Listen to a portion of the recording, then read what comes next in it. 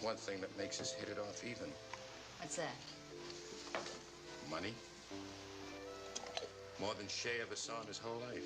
4 days. That's how long TV legend Gene Barry lay helpless, alone, in pain, and completely ignored before anyone bothered to call for help. By the time they did, it was already too late. The star millions adored in Bat Masterson suffered a devastating fall, hitting his head so hard that his brain was bleeding. And yet, in the fancy nursing home where he spent his final days, no one lifted a finger until it was beyond saving. But this shocking end? It's just one chapter in the real-life Hollywood story no one saw coming. Born Eugene Class on June 14, 1919 in Manhattan, New York, Gene Barry's life began in a home filled with music. His parents, Russian Jewish immigrants, had a deep love for the arts. His father, a jeweler with a passion for the violin, and his mother, an amateur singer. The melodies of his childhood shaped his future,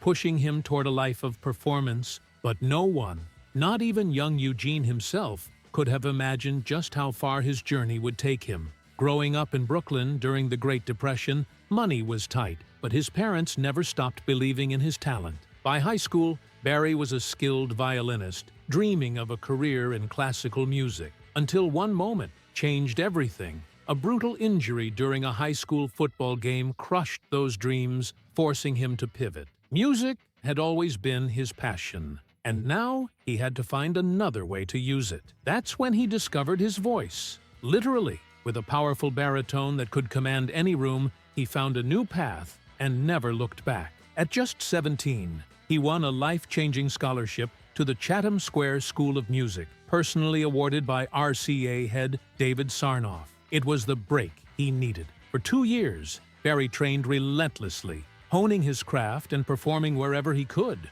Radio gigs, nightclubs, even talent contests. But rejection came just as often as opportunities. A nightclub owner fired him after just a week. Yet Barry refused to let failure define him. He won a major talent contest on Arthur Godfrey's Talent Scouts, inching him closer to the stardom he craved. Then came the moment that changed it all, reinventing himself. Inspired by legendary actor John Barrymore, he dropped his birth name and became Gene Barry. It wasn't just a new name, it was a declaration. He was destined to be a star, and Hollywood was finally starting to notice. By 1951, Barry found himself on Hollywood Screen Test, a showcase for fresh talent. It caught the eye of Paramount Pictures, landing him a contract. His big break came in The Atomic City, 1952, where he played a nuclear physicist in a tense Cold War thriller. The film's realism, shot in the classified Los Alamos government site,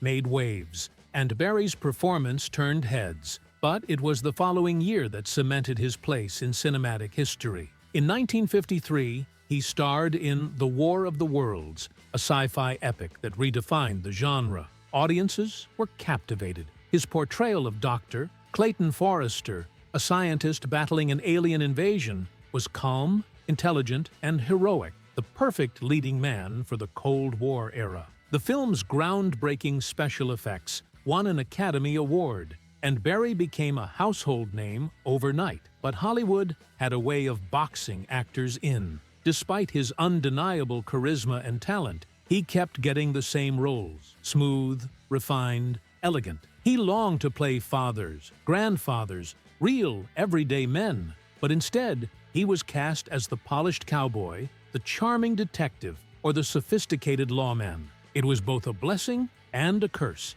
Then came Bat Masterson. In 1958, Westerns were everywhere, but Barry's portrayal of the legendary lawman was different. He wasn't just another rugged cowboy with a six-shooter. He was sharp, intelligent, and always in control, settling conflicts with wit rather than violence. Dressed in a pinstriped suit and carrying a gold-tipped cane that doubled as a weapon, Barry's Masterson was a different kind of hero, and audiences loved it. The show ran for 3 seasons, airing 107 episodes. Barry's performance was magnetic, and his ability to deliver sharp dialogue with charm made him one of television's biggest stars. Merchandise flooded the market. comic books, toys, collectibles, all bearing his likeness. Even after the series ended in 1961, reruns introduced new generations to Bat Masterson, keeping Barry's legacy alive. Decades later, Barry returned to the role that made him famous. In Guns of Paradise, 1990, and The Gambler Returns, 1991, he once again donned the derby hat and cane. Even his car made a statement. Burke didn't just drive to crime scenes. He arrived in style, chauffeured in a 1962 Rolls-Royce Silver Cloud II, complete with an early car phone. A futuristic detail for the 1960s. The contrast between his glamorous lifestyle and his serious detective work made the show a standout, adding to its appeal the parade of celebrity guest stars, a formula later seen in Columbo and Murder, she wrote. Decades later, in 1994, Burke's Law returned. Barry reprised his role, now as deputy chief, and this time he had a son, Peter, working alongside him. The revival brought back the lavish settings and sharp dialogue, but it failed to recapture the original's magic. Critics found it campier, and younger audiences failed to connect. A major shift was Burke's backstory. Now a widower raising his son with the help of his loyal chauffeur, Henry. While it added emotional depth, it stripped away some of the high society mystique that had once defined him. Barry wasn't one to be boxed in by a single role. In 1968, he took on another game-changing character, Glenn Howard, in The Name of the Game. A sophisticated publishing tycoon, Howard didn't just run a media empire, he actively investigated corruption, scandals, and environmental crimes. With a rotating cast and a staggering $400,000 per episode budget, it was the most expensive show of its time. Barry's performance gave Howard an air of authority and charm, cementing his status as a television powerhouse. By the 1980s, Barry made a triumphant return to Broadway with La Cage aux Folles, playing George, a devoted nightclub owner. The musical broke boundaries, bringing LGBTQ+ themes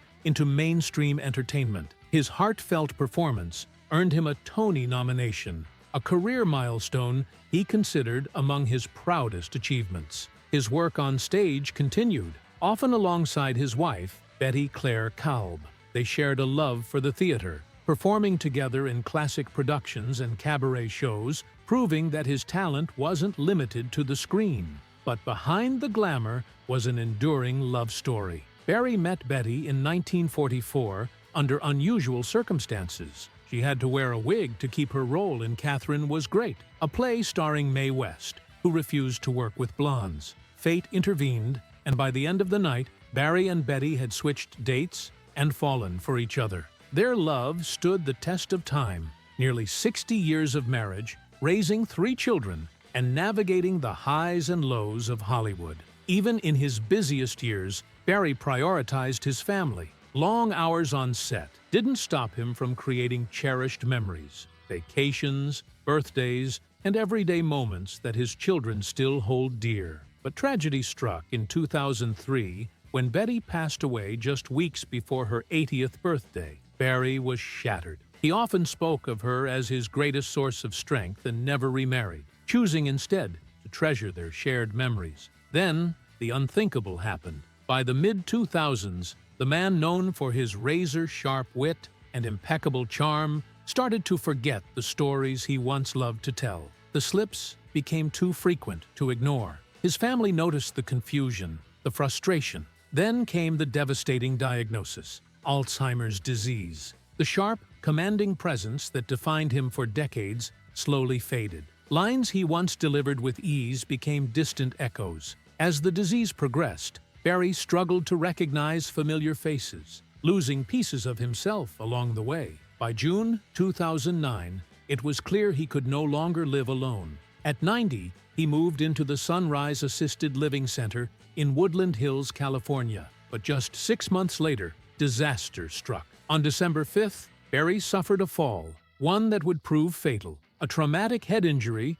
broken ribs, and a hip injury left him in agonizing pain. And what happened next was even more shocking. His family claimed the facility failed him, delaying medical attention for 4 critical days. his signature charisma refusing to be fully extinguished. In the end, he wasn't just remembered for his iconic roles or Golden Globe wins. He was remembered for his presence, his devotion to his family, and the undeniable mark he left on Hollywood. Gene Barry's story was one of reinvention, resilience, and an unbreakable love for the spotlight.